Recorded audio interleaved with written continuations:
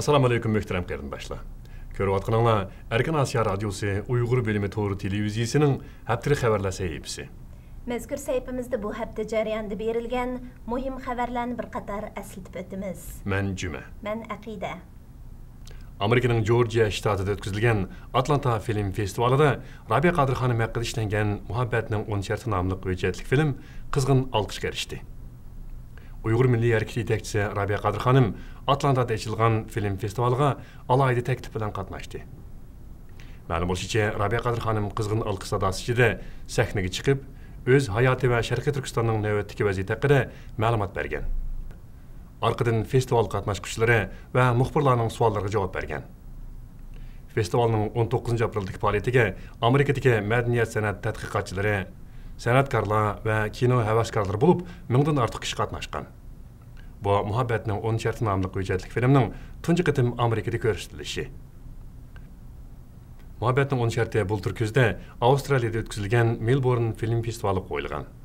Va Rabiya Qadirxonimning mazkur festivalga taklif qilinishi Avstraliya-Xitoy munosabatlarida so'g'uqchilik paydo qilgan edi. Ikkinchi qitimliq xalqaro dunyo turk madaniyat qurultiyi Izmir shahrida boshlandi.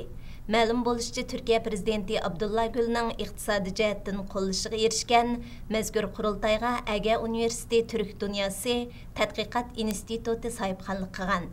19 apreldan 25 aprelgacha davomlashadigan mazkur qurultayga Turkiya, O'rta Osiyo Jumhuriyatlari, Yevropa Ittifoqi qatorliq 25 davlatdan kelgan 400 atrofida olim qatnashgan.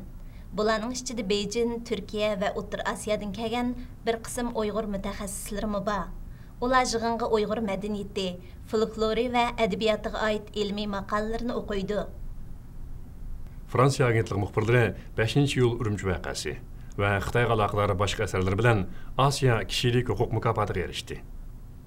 Fransiya agentligi ko'rsatishicha, bu vaqtdagi mukofot tarqatish marosimi shanba kuni Hong Kongdagi chet el muxbirlar klubida o'tkazilgan.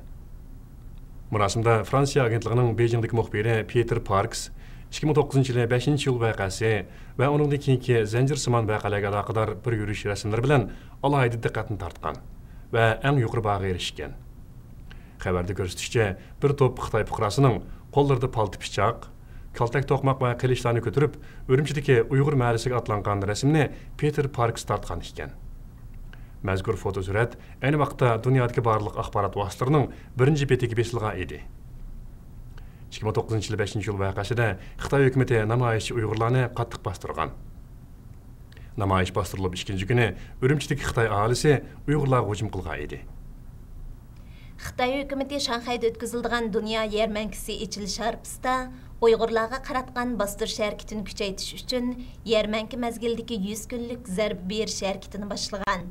Xitoy xabarlar to'rida ko'rsatishicha, 4-oyning 19-kuni Uyg'ur Avtonom rayonluq siyosiy qonun komitetining sekretari Fu Chang Uyg'ur elidagi har darajalik tarmoqlardan Shanxayda o'tkazilgan dunyo yarmankasi mezgildagi yana bir qitimliq 100 kunlik zarba berish harakatini yaxshi ilib berishni talab qilgan.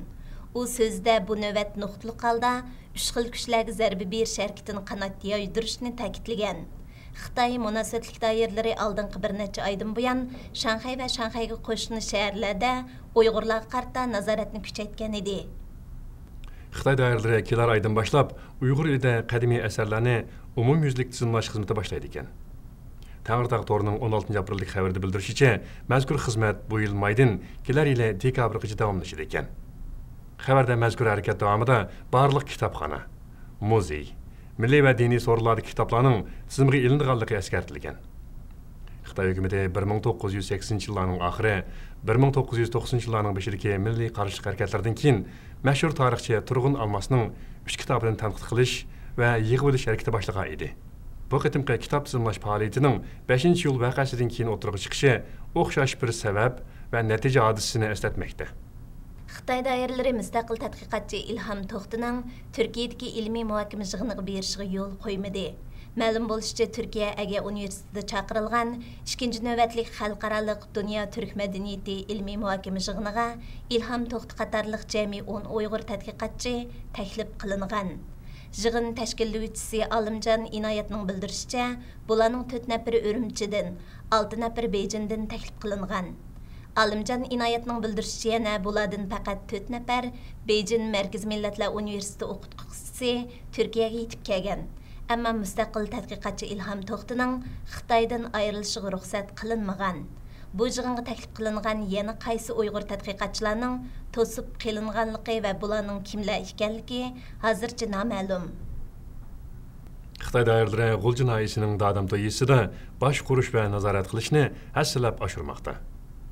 Tağır-tağır to'g'rida ko'rsatishicha, G'uljin ayisining dadam to'yisida bu yildan boshlab bir kentda bir saqchixona, bir saqchixonada bir xalq saqchisi, bir malida bir saqchi xalq aloqalash nuqtasi bo'lish deb atiladigan bosh qurish tizimini yo'l qo'ygan.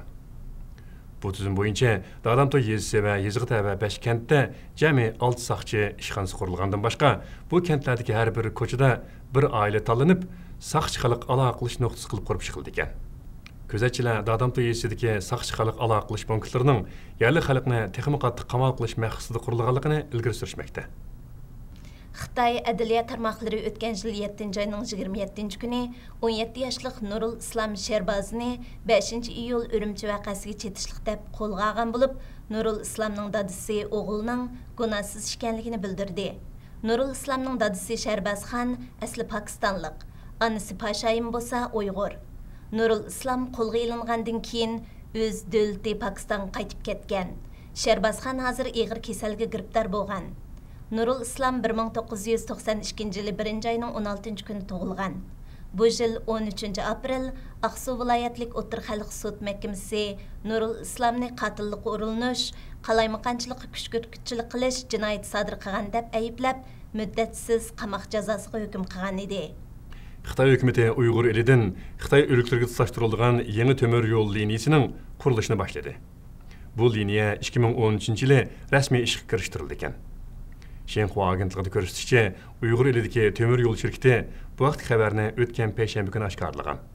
Ma'lum bo'lishicha, bu navbat yasalgan qo'sh relis qurilishi tamomlansa, aslidagi qo'sh relis maxsus yuk to'shiydigan relisga aylantirilib, yangi qo'sh relisda maxsus yo'l to'shildi ekan.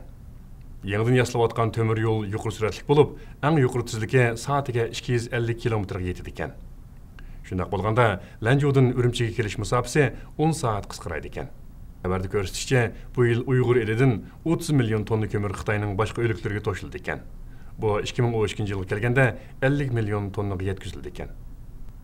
Chegirsiz ayollar huquqi jamiyatining prezidenti Rengi Lentinjin xonim Xitoyda ayollar qarta ilib berilayotgan majburiy qisirlashtirish siyosatini insoniyatga qarshi jinoyat deb ko'rsatdi. Rengi xonimning London vaqti gazetiga bildirishicha, Xitoy planliq tug'ut doiralari 7 aprel Guangdong o'lkasining Puning shahrida qisirlashtirish harakati boshlagan va siyosatga xiloflik qilganligi ilgari surilgan 1300 dan ortiq odamni qo'lga olgan. Ma'lum bo'lishicha, bu navbat mazkur shaharda boshlangan harakat 20 kun ilib berilgan bo'lib, bu jarayonda jami 9559 odam ustidan qisirlashtirish operatsiyasi ilib berildi ekan. Butun Xitoy bo'yicha yo'l qo'yilgan planliq tug'ut siyosati Uyg'ur elida bir qadar qattiq yurgizilmoqda. Hurmatli televizor ko'ruvchilar, yuqorida sizlarga haftalik xabarlar sahifamiz bo'yicha bu hafta jarayonida berilgan muhim xabarlarni eslatib o'tdik. Kelar juma kuni ko'rishaylik. Xushvaqt bo'linglar. Xayr xo'sh.